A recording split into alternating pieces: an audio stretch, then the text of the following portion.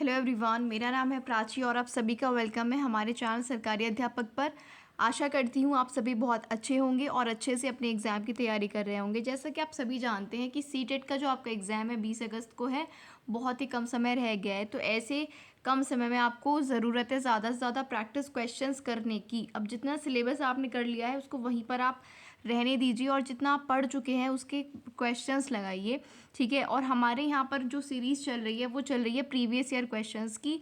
आज हम करने जा रहे हैं सीटेट 2019 का, ठीक है। पेपर 2 का जो सोशल साइंस वाला पोर्शन है उसको, इसका पार्ट 1 आ चुका है। 30 क्वेश्चन हमने उसमें डिस्कस करे हैं और बाकी के 30 क्वेश्चंस को आज के सेशन में हम डिस्कस करेंगे।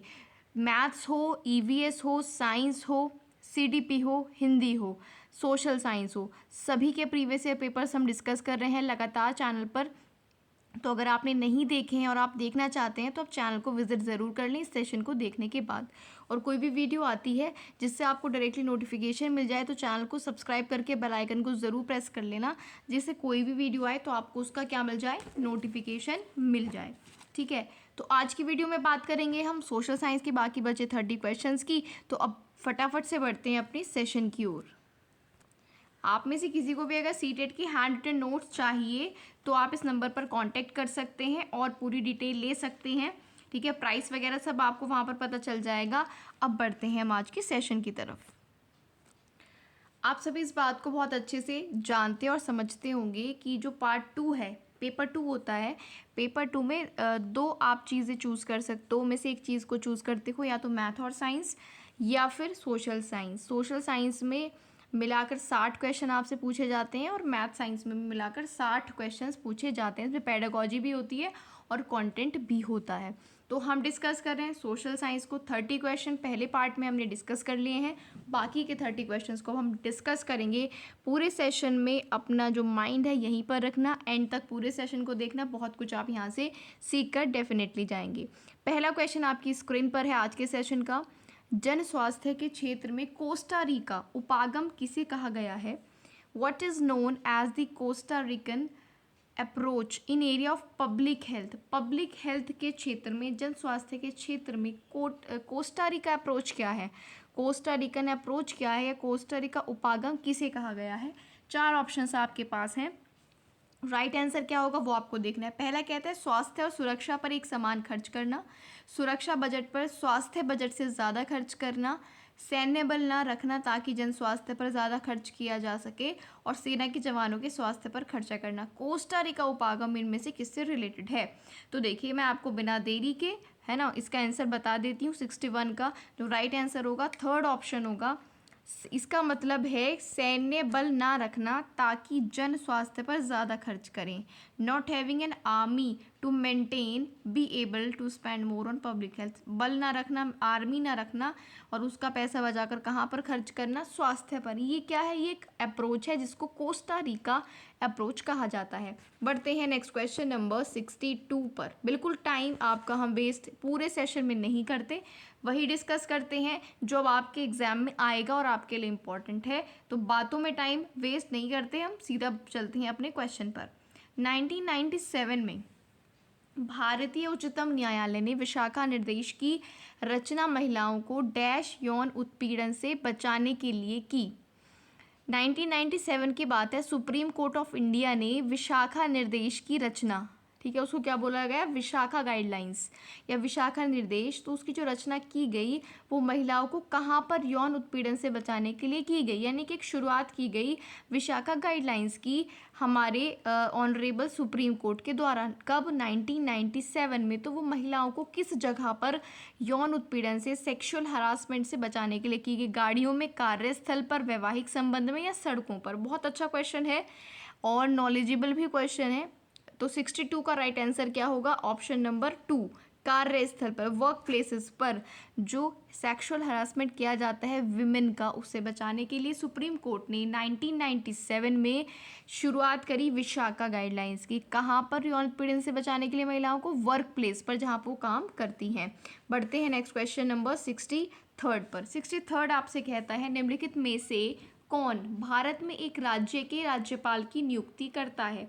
तो सीधा सीधा सवाल ये है कि राज्यपाल की नियुक्ति कौन करता है? विधानसभा के सदस्य, संसद के सदस्य, केंद्र सरकार या फिर अटॉर्नी जनरल? 63rd का राइट आंसर क्या होगा? देखो, क्या आप जानते हो कि जो हमारे मुख्यमंत्री हैं उनको कौन अपॉइंट करता है? राज्यों के मुख्यमंत्री को राज्यपाल अपॉइंट करता है, ठीक। लेकिन जो राज्यपाल है उनको अपॉइंट करती है सेंट्रल गवर्नमेंट यानी कि केंद्र सरकार। कौन हमारे राज्य के राज्यपालों की नियुक्ति केंद्र सरकार करती है, इसको आप याद रखेंगे। बढ़ते हैं नेक्स्ट क्वेश्चन पर। क्लियर है ये क्वेश्चन? बढ़ते हैं नेक्स्ट क्वेश्चन नंबर 64 पर। 64 आपसे कहता है निम्नलिखित में से कौन ग्रामीण प्रशासनिक अधिकारी नहीं है? Which is not a rural administration officer. ग्रामीण प्रशासनिक अधिकारी नहीं है। पटवारी, नगर निगम वार्ड काउंसलर, भूमि रिकॉर्ड अधिकारी या फिर लेखपाल। तो 64 का क्या आंसर होगा? 64 का आंसर होगा ऑप्शन नंबर 2। देखिए, नगर निगम वार्ड काउंसलर ये ग्रामीण प्रशासनिक अधिकारी नहीं है। पटवारी, लेखपाल और भूमि रिकॉर्ड अधिकारी ये क्या होते हैं? ग्रामीण प्रशासनिक अधिकारी होते हैं। Next question number 65। भारतीय उच्चतम न्यायालय द्वारा दिए गए डी.के. बासु निर्देश क्या है? तो सुप्रीम कोर्ट ने एक डी.के. बासु गाइडलाइन जारी किया था, वो क्या था? कार्यस्थल पर यौन उत्पीड़न की रोकथाम के लिए, बच्चों के हानिकारक रोजगारों के बचाव के लिए, घरेलू हिंसा से महिलाओं को बचाने के लिए, या फिर गिरफ्तारी, नज़रबंदी और पूछताछ के दौरान पुलिस द्वारा पालन की जाने वाली प्रक्रियाओं से जुड़े निर्देश। सीधा सीधा बताना है कि डी.के. बासु गाइडलाइंस क्या है, ठीक। तो जो डी.के. बासु गाइडलाइन है वो है गिरफ्तारी, नज़रबंदी और पूछताछ के दौरान पुलिस द्वारा पालन की जाने वाली प्रक्रियाओं से जुड़े जो निर्देश होते हैं, जो गाइडलाइंस होती हैं, वो डी.के. बासु गाइडलाइंस के अंतर्गत जारी किया था किसने? ऑनरेबल सुप्रीम कोर्ट ने। तो याद रखना, इस डी.के. बासु गाइडलाइंस को भी 2 गाइडलाइंस हमने जो है पेपर में पढ़ ली हैं। नेक्स्ट क्वेश्चन 66 कहता है वन अधिकार कानून 2006। तो याद रखना, फॉरेस्ट राइट एक्ट कौन सा है? 2006। अपने शीर्षक में कौन सी श्रेणी के अधिकारों को स्वीकारता है? अनुसूचित जनजातियों को, अनुसूचित जातियों को, आर्थिक रूप से पिछड़े वर्ग को या अति पिछड़ी जातियों को, ठीक। वन अधिकार कानून 2006 अपने शीर्षक में कौन सी श्रेणी के अधिकार को स्वीकारता है? तो ये स्वीकारता है जो एसटी होती है, अनुसूचित जनजातियां, शेड्यूल्ड ट्राइब, उनको इसमें ये स्वीकारता है। वन अधिकार कानून 2006 अपने शीर्षक में, अपने टाइटल में अनुसूचित जनजातियों को एक्सेप्ट करता है। बढ़ते हैं क्वेश्चन नंबर 67 पर। द्वितीयक स्रोत एक उदाहरण है। An example of secondary source is. Secondary source का एग्जाम्पल बताना है, द्वितीयक स्रोत जो स्रोत है उसका एग्जाम्पल बताना है। भारत का संविधान, जनगणना रिपोर्ट 2011, जन्म और मृत्यु के पंजीकरण रिकॉर्ड, या फिर हमारे अतीत कक्षा 6 के लिए एनसीईआरटी की एक इतिहास की पुस्तक है। द्वितीयक स्रोत क्या है, सेकेंडरी सोर्स क्या है इनमें से? तो देखो यहाँ पर जो द्वितीयक स्रोत है या फिर सेकेंडरी सोर्स है, यहाँ पर 67 का आपका राइट आंसर होगा 4th ऑप्शन। हमारे अतीत एक चैप्टर का नाम है 6th की एनसीईआरटी हिस्ट्री में। तो ये क्या है? द्वितीयक स्रोत का एग्जाम्पल है। बढ़ते हैं क्वेश्चन नंबर 68 पर। नीचे दिए गए कथनों पर विचार कीजिए। पहला है परीक्षाएं तंत्र की सुविधा के लिए निर्मित कृत्रिम परिस्थितियां हैं, ना कि व्यक्तिगत शिक्षार्थी के लिए। दूसरा कहता है स्मृति परीक्षण से दूर दक्षताओं के परीक्षण पर जोर के रूप में बदलाव सामाजिक विज्ञान की कक्षाओं में तनाव को कम करेगा। तो इनमें से कौन सी बातें सही हैं और कौन सी बातें गलत हैं 68 में आपको बताना है। तो दोनों बातें ठीक हैं, ऑप्शन बी करेक्ट, सेकंड वाला ऑप्शन करेक्ट होगा। परीक्षा जो होती है वो तंत्र की सुविधा के लिए बनाई गई स्थिति है, ना कि बच्चे के पर्सनल उसके लिए, डेवलपमेंट के लिए। दूसरा कहता है जो स्मृति परीक्षण है, ठीक है, स्मृति परीक्षण जो होता है वो उससे स्मृति परीक्षण से दूर दक्षताओं के परीक्षण पर जोर के रूप में बदलाव जो है सामाजिक विज्ञान की कक्षा को के तनाव को कम करेगा। अगर स्मृति परीक्षण से दूर हम दक्षताओं के परीक्षण की बात करने लगें, याद करने से ज़्यादा दक्षताओं पर बल देने लगें, तो सोशल साइंस की क्लास में जो तनाव है, स्ट्रेस है, वो कम हो सकता है। बढ़ते हैं क्वेश्चन नंबर 69 पर। सामाजिक विज्ञान के अध्यापक या अध्यापिका का मुख्य उद्देश्य क्या होना चाहिए? पहला है शिक्षार्थियों में प्रतिस्पर्धा जागृत करें। सभी तत्व जो समाज का निर्माण करते हैं उनके बीच के संबंधों का बोध कराएं। शिक्षार्थियों को सामाजिक ऐतिहासिक तथ्य याद कराएं और समाज में यथास्थिति बनाए रखने और सरकार के सभी निर्णयों को स्वीकार करने के लिए शिक्षार्थियों को तैयार करें। तो क्या बेस्ट ऑप्शन होगा जो एक सोशल साइंस के टीचर को अपनाना चाहिए, उसका लक्ष्य होना चाहिए। 69 का राइट आंसर होगा आपका ऑप्शन नंबर 2। सभी तत्व जो समाज का निर्माण करते हैं उनके बीच जो रिलेशन है उसको बच्चों को समझाना चाहिए। किसको? एक सोशल साइंस के टीचर को। क्लियर है? पढ़ते हैं क्वेश्चन नंबर 70 पर। 70 आपसे कहता है सामाजिक विज्ञान में आकलन का मुख्य उद्देश्य क्या है? What is the primary purpose of assessment in social science.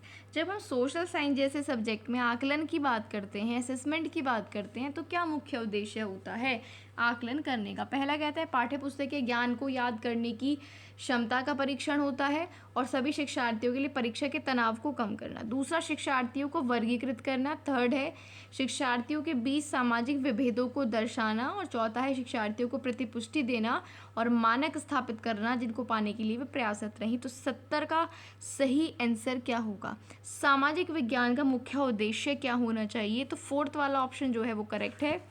पाठ्य पुस्तक ज्ञान को याद करना बिल्कुल गलत है, वर्गीकृत करना गलत है, विभेदों को दर्शाना गलत है। दैट मीन्स कि फोर्थ ऑप्शन करेक्ट है। शिक्षार्थियों को प्रतिपुष्टि देना, फीडबैक, प्रतिपुष्टि का मतलब होता है फीडबैक, और जो स्टैंडर्ड्स हैं उनको वहाँ तक पहुँचाने के लिए कोशिश करना बच्चों के लिए। चलिए नेक्स्ट क्वेश्चन नंबर 71 पर चलते हैं। सामाजिक विज्ञान की कक्षा में फिल्मों को एक प्रभावी शैक्षणिक उपकरण के रूप में प्रयोग किया जा सकता है। फिल्म्स को क्यों? पहला कहता है फिल्में कक्षा के भीतर बाहरी दुनिया को ला सकती हैं। दूसरा, फिल्में अनदेखे और अनसुने संदर्भों को खोजने की शक्ति से प्रेरित हैं।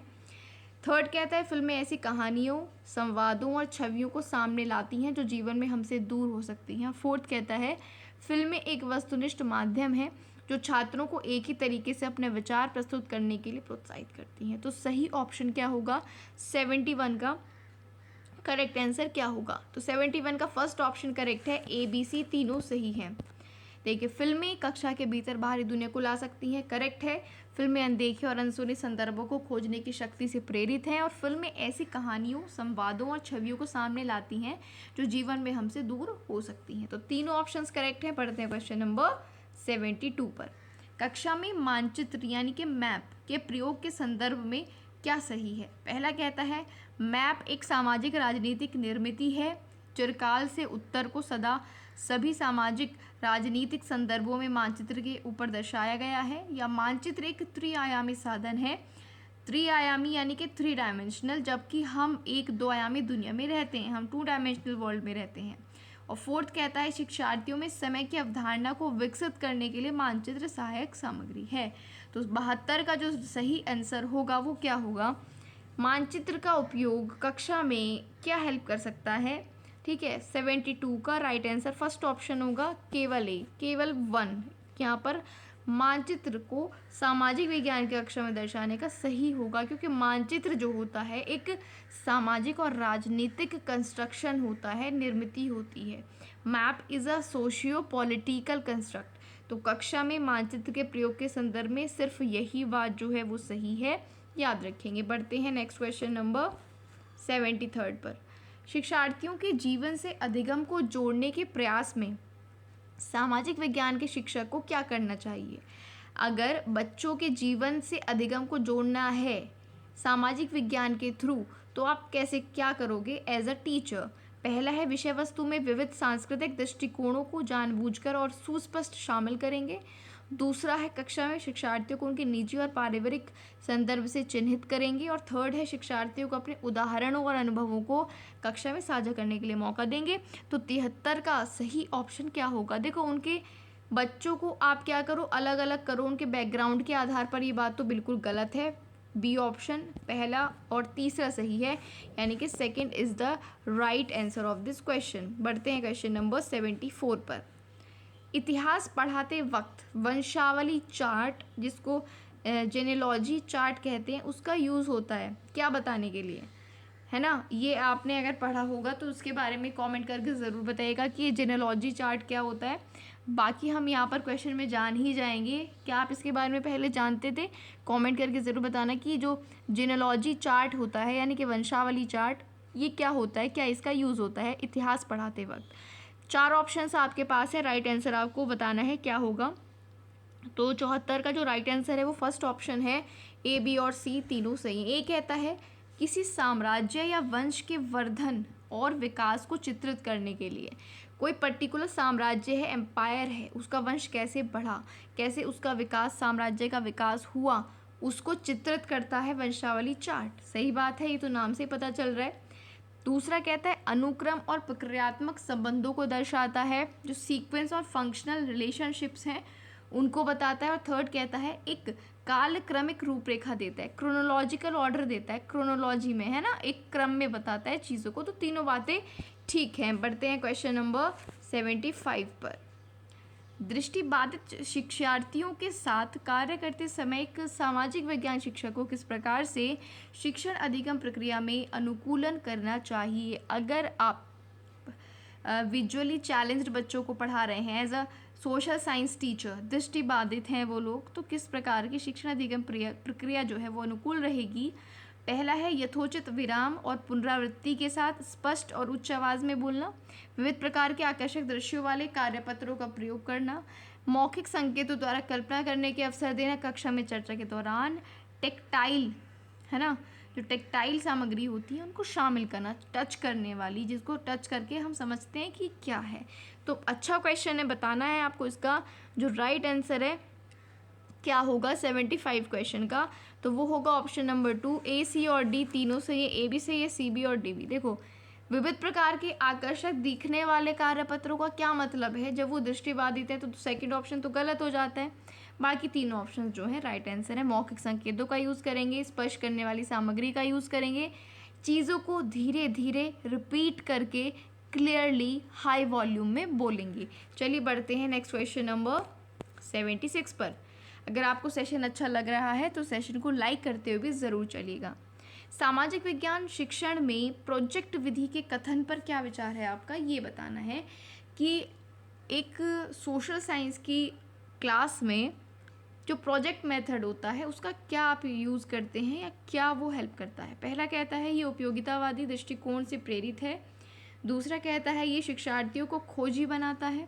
ठीक है, खोजी यानी कि डिस्कवरर, वो चीज़ों को खोजने में जो है ध्यान देते हैं, मन लगाते हैं। थर्ड कहता है ये है पूर्ण रूपेण एक शिक्षक केंद्रित विधि है। और फोर्थ कहता है ये स्वनिर्देशित क्रियाकलापों द्वारा अधिगम को मानता है। तो क्या बातें सही हैं प्रोजेक्ट मेथड के बारे में? 76 का आपको आंसर करना है। तो देखो इसका जो आंसर होगा वो होगा थर्ड ऑप्शन।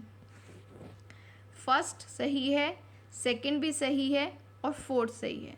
शिक्षक केंद्रित तो नहीं है ये पूर्ण रूप से, जो प्रोजेक्ट मेथड होता है ये पूर्ण रूप से शिक्षक केंद्रित नहीं है, तो थर्ड गलत हो जाएगा। पहला सही है, ये उपयोगितावादी दृष्टिकोण से प्रेरित है, ये शिक्षार्थियों को खोजी बनाता है प्रोजेक्ट मेथड, और ये स्वनिर्देशित क्रियाकलापों द्वारा अधिगम को मानता है। पढ़ते हैं क्वेश्चन नंबर 77 पर। सारे देखो लगभग स्टेटमेंट वाले ही क्वेश्चंस हैं कि इसके बारे में 3-4 स्टेटमेंट्स दिए हैं। अब देखो मैं आपको एक छोटी सी बात बताती हूँ। सोशल साइंस में देखो लगभग आपको ऐसे क्वेश्चंस ज़्यादा देखने को मिलेंगे। ये पेपर को, ये क्वेश्चन टफ नहीं होता, ये पेपर को लेंदी बनाता है।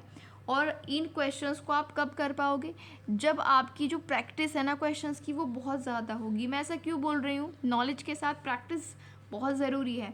मान लीजिए आपको लीजिए आपने सारा सिलेबस पढ़ लिया है लेकिन प्रैक्टिस नहीं की है, तो एक बात बताओ, आप विद इन टाइम जितना आपको एग्ज़ाम में दिया जाता है कैसे इतने लंबे लंबे क्वेश्चंस को क्या आप जल्दी जल्दी पढ़कर उसका सही आंसर कर पाओगे? नहीं, जब तक प्रैक्टिस नहीं होगी नहीं कर पाओगे, चाहे आपके पास कितना भी ज्ञान है। तो ज्ञान के साथ साथ प्रैक्टिस भी करो, जिससे ऐसे क्वेश्चन को फटाफट से पढ़ते पढ़ते ही समझ लो और फटाफट आंसर कर दो। 1-2 क्वेश्चन तो है नहीं, अब देख रहे हो तब से हमने सेशन शुरू किया है, मोस्टली क्वेश्चंस ऐसे ही हैं, मल्टीपल स्टेटमेंट वाले हैं। तो मल्टीपल स्टेटमेंट वालों क्वेश्चन को इतना प्रैक्टिस कर लो कि पढ़ते पढ़ते ही तो समझ लो, और फास्ट पढ़ो, है ना। जितनी ज़्यादा प्रैक्टिस करोगे उतनी आपकी समझ बढ़ेगी और स्पीड भी बढ़ेगी, क्योंकि सिर्फ नॉलेज होना काफ़ी नहीं है, टाइम के साथ जब तक आप नहीं चलोगे तो काम नहीं बनेगा। ठीक है, चलो तो 77 देख लेते हैं क्या बोलता है।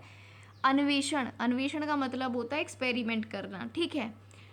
सो अन्वेषण को इच्छुक रचनात्मक दृष्टिकोण से एक सामाजिक विज्ञान की शिक्षिका अपने शिक्षार्थी को किस रूप में देखेगी। सोशल साइंस टीचर जो है अन्वेषण यानी कि इंक्वायर करना या फिर सर्च करना किसी चीज़ को, तो अन्वेषण का इच्छुक रचनात्मक दृष्टिकोण है ना, क्रिएटिविटी से एक सामाजिक विज्ञान की शिक्षा अपने शिक्षार्थी को किस रूप में देखेगी, क्रिएटिव तरीके से। तो पहला है सामाजिक प्रक्रियाओं में खोज करने को उत्सुक हो, स्रोतों के आधार पर कल्पनाशील हो, समस्याओं के समाधान के सुझावों की कोशिश करने वाले और विवादास्पद मुद्दों को उच्चतर शिक्षा के स्तर पर चर्चा करने के लिए स्थगित करने वाले। तो किस रूप में शिक्षिका अपने बच्चों को देखेगी, जो स्टूडेंट्स हैं। तो 77 का राइट आंसर होगा सेकेंड ऑप्शन, ए बी और सी इसमें जो है वो सही है। ए में क्या कहता है, सामाजिक प्रक्रियाओं में खोज करने को उत्सुक होंगे बच्चे, स्रोतों के आधार पर कल्पना करेंगे, इमेजिनेशन करेंगे और समस्या के समाधान के सुझावों की कोशिश करेंगे। हाई क्लासेस के लिए नहीं, टाल देंगे उसको, ठीक है, कि ये हम तब पढ़ेंगे, पोस्टपोन नहीं करेंगे। तो डी ऑप्शन गलत है। नेक्स्ट क्वेश्चन नंबर 78, सामाजिक विज्ञान की पाठ्यचर्या को अधिक समावेशी बनाने में कौन सहायक हो सकता है। अगर आपको सोशल साइंस के करिकुलम को इंक्लूसिव बनाना है, समावेशी, तो आप क्या सहायक हो सकता है। पाठ्यचर्या को जेंडर संबंधित मुद्दों से जोड़ना, कक्षा में एक रूप निर्देश और एक निश्चित शिक्षण शैली, विभिन्न स्रोतों को शामिल करना, आधिकारिक और निम्न वर्गीय प्रसंगों से, और एक परीक्षा पत्र सभी शिक्षार्थियों के लिए। तो क्या इनमें से जो है सही ऑप्शन होगा 78 क्वेश्चन का। तो इसका राइट आंसर होगा ऑप्शन नंबर 2, ए एंड सी, यानी कि ए और सी सही है। पाठ्यचर्या को जेंडर संबंधित मुद्दों से जोड़ना, ये एक इंक्लूसिव एजुकेशन बनाएगा, ठीक है। और सी में क्या बोलता है, विभिन्न स्रोतों को शामिल करें, ठीक है, engaging different sources officials as well as of civilated contracts, हर कॉन्ट्रैक्ट्स के, आधिकारिक भी और निम्न वर्गीय भी, प्रसंगों से, कॉन्टैक्ट से आप चीज़ों को जोड़कर बताएं। तो ये इससे आपकी जो क्लास होगी वो समावेशी बनेगी। बढ़ते हैं नेक्स्ट क्वेश्चन नंबर 79 पर, विद्यार्थियों को विवेचनात्मक होना क्यों सीखना चाहिए। क्रिटिकल थिंकिंग की बात हो रही है। क्रिटिकल थिंकिंग का क्वेश्चन हर सब्जेक्ट की पेडागोजी में लगभग आपसे पूछा ही जाता है। मैंने बहुत सारे प्रीवियस ईयर पेपर्स देखे हैं, सभी में ये क्रिटिकल थिंकिंग वाला क्वेश्चन आता है। क्यों ज़रूरी है क्रिटिकल थिंकिंग बच्चों में। तो 79 का मैं आपको डायरेक्टली सही आंसर बताऊंगी, ऑप्शन नंबर 3, ये समझने के लिए कि मुद्दे उनकी खुद की ज़िंदगी से कैसे जुड़े हुए हैं। क्रिटिकल थिंकिंग बच्चों में क्यों होना चाहिए, वो अपने से चीज़ों को रिलेट करके समझें, ये समझें कि मुद्दे उनकी खुद की ज़िंदगी से कैसे जुड़े हैं, आसपास कैसे जुड़े हैं। तो वो होता है विवेचनात्मक चिंतन या फिर क्रिटिकल थिंकिंग। क्लियर है। बढ़ते हैं क्वेश्चन नंबर 80 पर। निम्नलिखित उदाहरणों में से विविधता को दर्शाने वाला उदाहरण बताओ। विविधता मतलब डाइवर्सिटी, जहाँ बहुत चीज़ों को एक साथ इंक्लूड किया जाए, बहुत चीज़ों पर फोकस किया जाए, विविधता, डाइवर्सिटी। क्या बेस्ट ऑप्शन होगा। पहला कहता है सरोज को स्कूल जाने का मौका मिला जबकि निर्मला को नहीं मिला।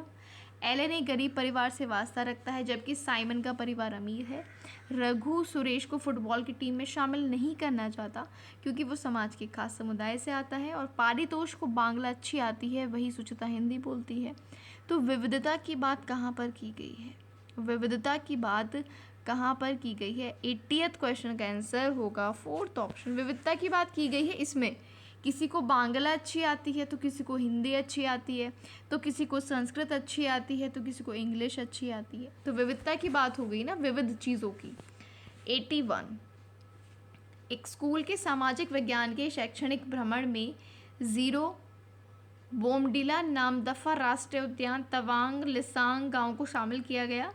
किस माध्यम से विद्यार्थियों को आप भ्रमण किए गए 2 राज्यों को इंगित करने को कहेंगे, कैसे बताएंगे। बच्चों से कैसे पूछेंगे कि आप यहाँ पर मार्क करो कि कौन से जो है राज्य हैं, किस चीज़ पर आप उन्हें बताएंगे। बात चल रही है ज़ीरो बोमडिला नामदफा तवांग लिसांग, ये गांव शामिल किए गए, कहाँ पर हैं ये, बेसिकली आपसे ये पूछा है। तो 81 का राइट आंसर होगा 3rd ऑप्शन। ये बात है और इनमें से कुछ जगह कहाँ पर है, अरुणाचल में और कुछ मणिपुर में है, ठीक है। तो ये आपको याद रखना है। सम places are in Arunachal and some places are in Manipur. Clear है इतनी बात? चलो बढ़ते हैं नेक्स्ट क्वेश्चन नंबर 82 पर। सामाजिक विज्ञान की समसामयिक समझ अध्यापकों को निम्नलिखित सभी को करने को प्रोत्साहित करती है केवल इसे छोड़कर। तो इनमें से किसे छोड़कर सामाजिक विज्ञान की जो समसामयिक समझ है, ठीक है, वो कंटेम्प्रेरी अंडरस्टैंडिंग उसको बोलते हैं, अध्यापकों सभी को कुछ करने के लिए प्रोत्साहित करना चाहिए। क्या छोड़कर? तो क्या छोड़कर मैं आपको बता देती हूँ कि क्या छोड़कर प्रोत्साहित करता है। 82 का सेकंड ऑप्शन, प्रश्नों के समान उत्तर देने के लिए शिक्षार्थियों को प्रोत्साहन दे रहे हैं जिससे कि सभी बेहतर बन सकें। ये आप बच्चों को रटी रटाई बातों के लिए कभी भी प्रोत्साहित नहीं करेंगे कि आपको सेम आंसर देना है हर क्वेश्चन का, तो ये ऑब्वियसली गलत है ना। तो ये गलत हो गया, बाकी सही है। पहला कहता है शिक्षार्थियों को दूसरों के स्थानीय अनुभवों को पढ़ने, स्वयं के अनुभवों को खोजने के लिए प्रोत्साहित करती है। शिक्षार्थियों को दिए गए विषय वस्तु पर प्रश्न बनाने की क्षमता के लिए कोई उनको विषय वस्तु दे दी गई, उस पर वो खुद से क्वेश्चन बनाएं, उनकी प्रशंसा की जाए, उसके अधिगम की जांच के लिए वैध स्वीकार न हो। शिक्षार्थियों को कक्षा में विकसित ज्ञान को मूर्त परिस्थितियों में उपयोग करने के लिए अवसर दिया जाए। कंक्रीट सिचुएशंस में चीज़ों को क्या करें, वो यूज़ करके देखें, अपने ज्ञान को एनकरेज करें, पढ़ाएं। ठीक, तो बाकी तीनों ठीक है, सेकंड ऑप्शन गलत है। बढ़ते हैं क्वेश्चन नंबर 83 पर। इनमें से जेंडर रूढ़िवादिता का उदाहरण नहीं है, which is not an example of gender stereotyping. एक उदाहरण नहीं है, बाकी तीन उदाहरण है। अब मैंने आपको अभी एक क्वेश्चन बताया था थिंकिंग, क्रिटिकल थिंकिंग का ना, वो लगभग हर पार्ट में आपको देखने को मिलेगा, पार्ट यानी हर सब्जेक्ट में। और ये क्वेश्चन है जेंडर रूढ़िवादिता, जेंडर स्टीरियोटाइपिंग, ये भी क्वेश्चन आपको हर सब्जेक्ट में देखने को मिलेगा सीटेट के, क्योंकि आज का एक बहुत और बड़ा मुद्दा है आज के समय का जेंडर रूढ़िवादिता। तो इनमें से एक नहीं है एग्जाम्पल, बाकी तीन हैं। तो जो एक नहीं है वो है थर्ड। हालांकि लड़के कक्षागत चर्चा में दबदबा बनाने का प्रयास करते हैं, लेकिन लड़कियों और लड़कों दोनों ही सहभागिता को प्रोत्साहित किया जाता है। तो यहाँ पर तो कोई जेंडर में भेदभाव नहीं हो रहा है इस स्टेटमेंट में, थर्ड वाले में। अब पहला देख लेते हैं क्या कहता है। देखो, जहाँ किया जाए भेदभाव कि लड़का यही करेगा और लड़की यही करेगी, वही जेंडर स्टीरियोटाइपिंग है, रूढ़िवादिता है। पहला कहता है सिर्फ लड़कों को फुटबॉल टूर्नामेंट में भाग लेने के लिए प्रोत्साहित किया जाता है। दूसरा है सिर्फ लड़कियों को कक्षा का बोर्ड सजाने के लिए दिया जाता है। फोर्थ है कक्षा में अनुशासन बनाए रखने के लड़के और लड़कियों को अलग अलग पंक्ति में बिठाना। तो ये भी देखो, अलग अलग करना, ये भी जेंडर स्टीरियोटाइपिंग में आता है। सिर्फ लड़के ही फुटबॉल खेलेंगे, लड़कियां बोर्ड पर ड्राइंग करेंगी, लड़कियां ही खाना बनाएंगी, लड़के ही बाहर जाकर काम करेंगे, लड़के ही क्रिकेट खेलेंगे, ठीक है, लड़कियां गुड़िया से खेलेंगी, गुड्डे से खेलेंगी और लड़के गन्स कार से खेलेंगे। ये सब जेंडर स्टीरियोटाइपिंग है। तो अब इतने सारे एग्जाम्पल्स आप समझ गए होंगे और क्वेश्चन को गलत नहीं करेंगे, मुझे उम्मीद है। 84 क्वेश्चन, सामाजिक विज्ञान शिक्षण को प्रभावी बनाने के लिए क्या ज़रूरी है। पहला है अतीत के सभी सांस्कृतिक प्रथाओं को बनाए रखना। दूसरा है साहित्यिक स्रोतों का समालोचनात्मक विश्लेषण करना, चाहे वो कितने भी पुराने हों। और थर्ड है सभी गैर शाब्दिक स्रोतों का निष्कासन करना और स्रोतों के ट्राईएंगुलेशन, त्रिकोणीय रूप में उनको प्रमुखता देना। तो सामाजिक विज्ञान के शिक्षण को प्रभावी बनाने के लिए क्या ज़रूरी है, 84 में आपको बताना है। थर्ड ऑप्शन करेक्ट होगा, बी और डी। साहित्यिक स्रोतों का समालोचनात्मक विश्लेषण करें, चाहे वो कितने भी पुराने हों, और ट्रायंगुलेशन सोर्सेज को यूज़ करें, ठीक है, त्रिकोणीय रूप को आप जो है ट्राई करें। नेक्स्ट क्वेश्चन नंबर 85, कक्षा में सामाजिक न्याय के प्रति संवेदनशीलता को कैसे प्रोत्साहित कर सकते हो। सोशल जस्टिस के बारे में बात चल रही है, तो इसके प्रति क्लासरूम को आप कैसे एनकरेज कर सकते हो। पहला है कक्षा में विचार विमर्श के दौरान समकालीन जन आंदोलनों और पक्ष समर्थन की कहानियों के अंशों को बताना। भारतीय सामाजिक परिवेश के ऐतिहासिक संदर्भों को एक गैर बराबर शक्ति समीकरण के रूप में देखकर सामाजिक न्याय पर आधारित संवैधानिक प्रावधानों को कक्षा में चर्चा करके या कक्षा के दोषी बच्चों को तुरंत शारीरिक दंड देकर। तो देखो, डी तो बिल्कुल भी नहीं होगा, दंड तो आपको देना ही नहीं है। डी तो बिल्कुल भी नहीं होगा क्योंकि दंड आपको किसी को देना नहीं है, ठीक। तो अब डी वाले ऑप्शंस तो आप यहाँ से हटा दो, तो ये भी हट जाएगा, ये भी, ऊपर के दो ऑप्शंस बचेंगे, तो इनमें से कौन सा सही होगा? फर्स्ट और सेकंड में से 85 का सेकंड ऑप्शन जो है वो करेक्ट होगा। ए, बी और सी सही है, ठीक है। ए, बी और सी तीनों सही हैं, डी गलत है। तो देख लेना फिर से एक बार, इसको पॉज करके वीडियो को पढ़ लेना तीनों स्टेटमेंट को, और डी तो ऑब्वियसली रॉन्ग है। 86 पर चलते हैं। 86 कहता है इतिहास शिक्षण शास्त्र प्रयास करेगा कि क्या? इतिहास शिक्षण का मतलब है पेडागॉजी ऑफ हिस्ट्री। क्या ट्राई करती है? जब हम हिस्ट्री की पेडागॉजी पढ़ते हैं तो वो हमें क्या सिखाती है, क्या ट्राई करती है? पहला है इतिहास का निर्माण स्रोतों पर आधारित होता है। सेकंड है इतिहास सामाजिक प्रक्रियाओं में निरंतरता और बदलाव को खोजें। इतिहास व्याख्यानों के विभेदों से संलग्न हों और प्रमुख समुदाय के विचारों को अनुमोदित करें। इतिहास घटनाओं को एक काल विशेष के सामाजिक राजनीतिक संदर्भों में रखकर देखें। तो बताइए 86 का क्या आंसर जो है वो सही होगा? 86 का तो सही ऑप्शन है ऑप्शन नंबर 2, सी गलत है, क्योंकि प्रमुख समुदाय के विचारों को अनुमोदित आपको नहीं करना है। ए कहता है इतिहास का निर्माण स्रोतों पर आधारित होता है, सही बात है। इतिहास सामाजिक प्रक्रियाओं में निरंतरता और बदलाव को खोजा जाता है इतिहास में, और इतिहास की घटनाओं को एक काल विशेष के सामाजिक राजनीतिक संदर्भ में रखकर देखा जाता है। इसका मतलब है कि किसी टाइम पीरियड में सामाजिक और राजनीतिक संदर्भ क्या रहा उसके बारे में बताया जाता है। 87 पर चलते हैं। प्रदूषित रहित हवा का अधिकार भारत में किस मौलिक अधिकार के भाग के रूप में स्वीकारा गया? बहुत अच्छा क्वेश्चन है। Right to pollution free air, ये भी एक अधिकार है ना। आपको प्रदूषण रहित हवा का अधिकार है, और ये अधिकार मौलिक अधिकार की किस भाग में आता है? तो ये आता है जीवन के अधिकार में। याद रखिएगा, राइट टू लाइफ जीवन के अधिकार में आता है प्रदूषण रहित हवा का अधिकार। बढ़ते हैं नेक्स्ट क्वेश्चन नंबर 88 पर। भारत का वर्णन करने के लिए विविधता में एकता मुहावरे का निर्माण किसने किया? यूनिटी इन डाइवर्सिटी, ये स्टेटमेंट किसने दिया? विविधता में एकता, तो ये जो स्टेटमेंट है ये दिया है किसने? जवाहरलाल नेहरू जी ने।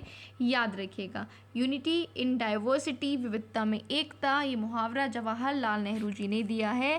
क्वेश्चन नंबर 89, लोकसभा में कितने सदस्य मनोनीत होते हैं ना कि मतदान द्वारा चुनकर आते हैं? लोकसभा में जो मनोनीत होते हैं उन सदस्य के बारे में पूछ रहा है, ना कि जो चुनकर आते हैं। अच्छा क्वेश्चन है ये। 89 का सही जवाब दीजिए। कितने लोग मनोनीत होते हैं, नॉमिनेट होते हैं लोकसभा में, ये आपको बताना है। तो 89 का राइट आंसर है थर्ड ऑप्शन, केवल 2 लोग मनोनीत होते हैं लोकसभा में। याद रखिएगा कितने? 2। नेक्स्ट क्वेश्चन नंबर 90, 2006 में नेपाल में सरकार का रूप राजतंत्र से बदलकर कैसा हो गया था? देखो ये इंटरनेशनल अफेयर से क्वेश्चन है कि आपको इंटरनेशनल जो चीज़ें इंपॉर्टेंट हो रही हैं वो भी पता होनी चाहिए या हुई हैं हिस्ट्री में। 2006 में नेपाल में राजतंत्र नहीं था, तो क्या था? लोकतंत्र था, डेमोक्रेसी थी जो भारत में है, ठीक है। तो 2006 में नेपाल में सरकार का राजतंत्र से क्या हो गया था? लोकतंत्र। 2006 में, याद रखेंगे इसको। चलिए, तो पूरे 60 क्वेश्चन हमने कर लिए डिस्कस। 30 करे थे पार्ट 1 में, और आज पार्ट 2 में बाकी के 30 डिस्कस करें, और कोशिश की है कि आपको अच्छे से बताया जाए, एक्सप्लेन किया जाए जो चीज़ें पॉसिबल हो सकती हैं।